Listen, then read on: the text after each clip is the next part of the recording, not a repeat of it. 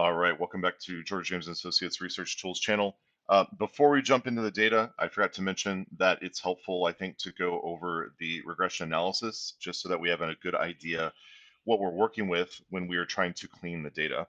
And so I have here two regression models. This is the first one, and yeah, this is in dark mode, and this is the second one. So the first one, again, remember that I said in the first video that first they're gonna fill out the survey as a worker, and then they're gonna move on to the questions as a manager.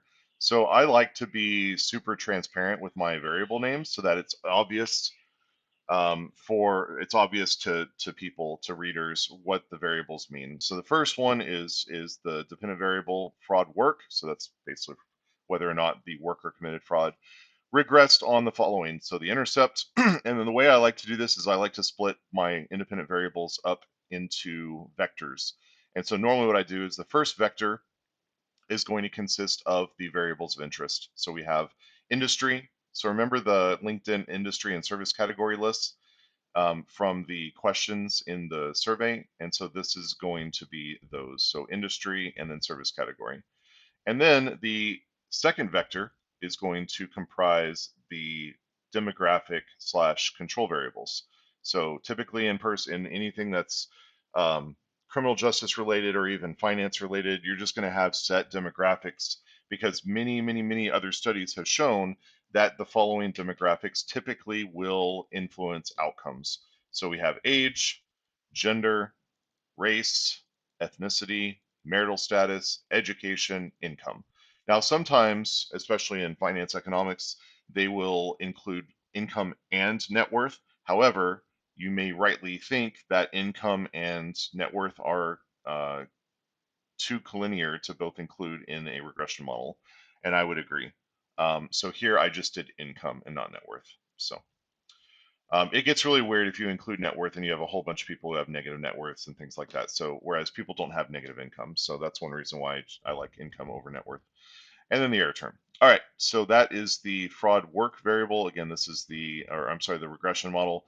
So this is for the first phase of my quantitative study where the respondent pretended essentially to work as a worker, and they were totaling up those rows of accounts receivable.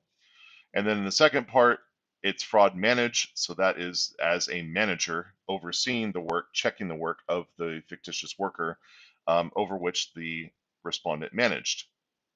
And so again, intercept, and then the first vector. This is basically all the same thing. It's just as a fraud manager instead of the worker.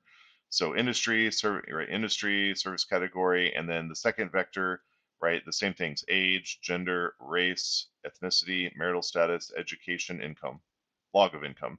And again, because income is going to be the values are going to be so much greater, even if they have a low income of like $10,000 compared to most of these, which are categorical variables before we change them, before we transform the variables.